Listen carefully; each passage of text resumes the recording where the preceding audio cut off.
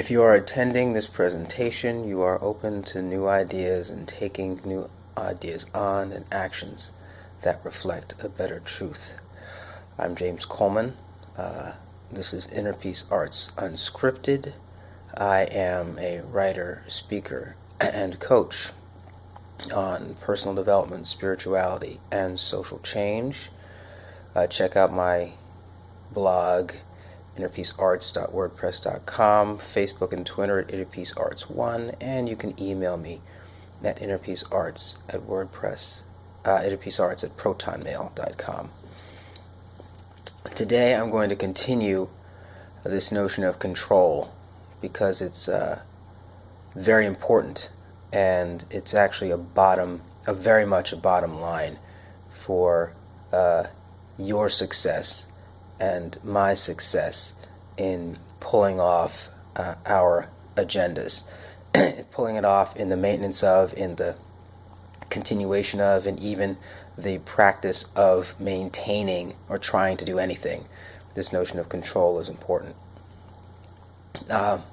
All life involves movement, and that movement is controlled. Try blood moving through your body that's not controlled. You've got a problem.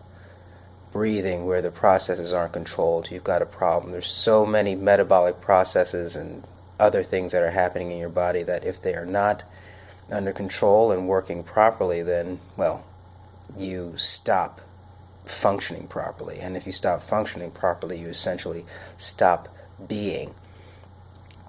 So control is absolutely vital.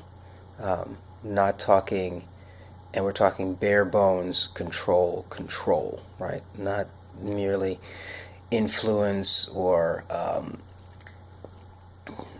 transportation. And transportation is a kind of control, but you know what I'm saying. And so the kind of where I left off in another episode on control was, are you comfortable controlling? And what does that mean? And I didn't get into what it means too much. But I found in some of my journal notes some metaphors for the type of control that I am practicing and that I am advocating, because the control is unavoidable. We can't try and soften it.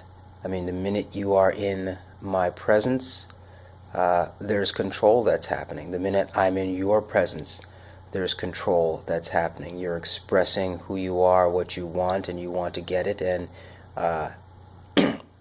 lots of the things that we get that provide us value are the production that comes from people and of the people themselves. That just a person's presence can be enough to provide you with the perspective for the control you need, or that person's presence is guiding you in the way that you want to go until you're able to take on enough of whatever they have that you can do it independently, right? So all these are part of control. And so I wanted to read, again, so this is semi-scripted. When I say it's semi-scripted whenever I'm reading something, even though it's really not completely scripted. But anyway, I'm going to read some metaphors that I think are expressive of the type of control that I'm talking about. And it says, I say, it's okay to control. Yes, I control you. I control you like a movie controls you, like a song controls you, like a good book controls you, like a professor controls you who's actually trying to teach you something that's real and valuable and helpful, right? Like a store clerk controls you. Now, like the government controls you, that's a very interesting perspective. I think government is unavoidable. Government is unavoidable so long as there isn't a collective consciousness, not a collective unconscious, a collective consciousness that has grabbed us all, whereby which we're able to regulate everybody through that collective consciousness. Until that government is in place, we'll have this external government. And it's exercising control over you. And is that control good for you or bad for you? I would say that we could make some improvements. And it's not the control, it's the content. So I want that to be clear. The control is not the issue, it's the content of and the intent of and the way the control is used.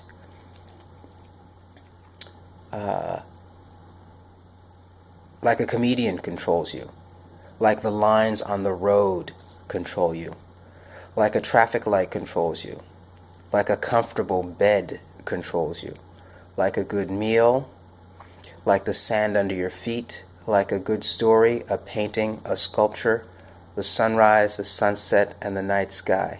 These are the metaphors that I'm using for the type of control that I am advocating, that I am using. So you can see that all of these controls, right, they leave it open for you to participate. And if within the song there are, say, chains or bindings or whatever, it's because you want to be chained and bound, and that's, little kids play those games all the time. Like I said, I think I mentioned it in a previous one where, kids play these games where they actually limit themselves through the imagination. Freeze. Nothing is forcing the kid to freeze. But in playing the game, the kid freezes. That's a kind of a chain and a kind of a binding, and it's self-imposed. Is it fun? I'll leave that up to you. But kids play that game, and I think we need to pay attention to the games that kids play without our prompting, without our rules, without coming to us at all. It expresses something about life and living. And so this is what I wanted to share today about the control. And I think it kind of brings it into a very comfortable and comforting place so that we can think about control very differently, and that the control is not the problem, but it's the content and the intent that's behind the control. Is the control open so that you are free to move in and out and as you wish? You can always put down the book, but when you say I couldn't put the book down, that's usually a good sign, isn't it? Same with a song. You could turn the song off, but when you have to listen to the whole thing, then that's a good sign. The poem that you can't stop reading, the story that you're totally engrossed in. That's the kind of control that I'm talking about. But I'm talking about it now in terms of what we live and talk about as a culture, the things that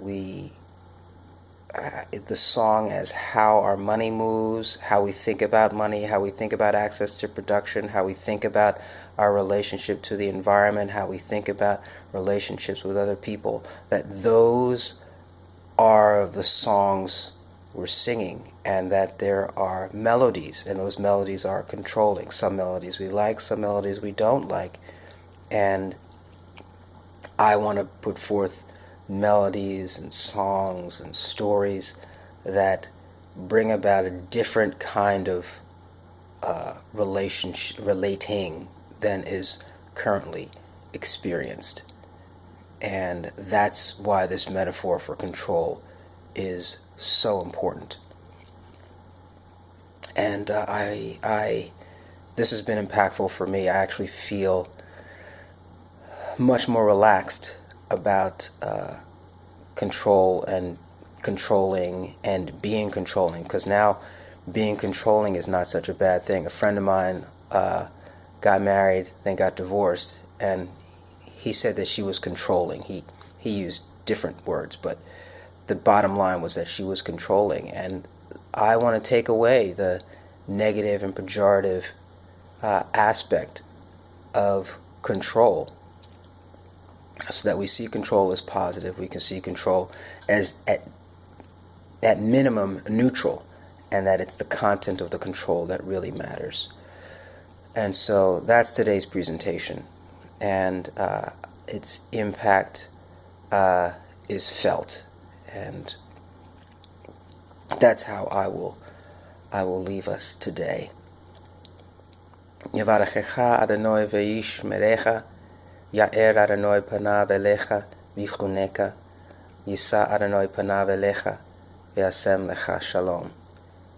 In distinction, thanks be to Stream, in Stream, by Stream. Thank you.